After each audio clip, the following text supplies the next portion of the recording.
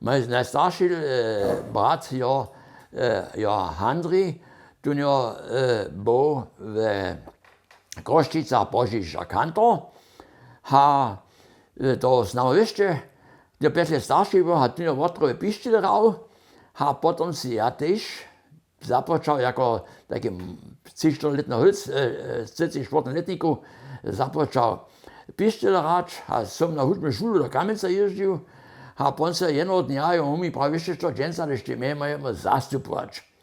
A da som sa tiež 1 kiloš dal pískať.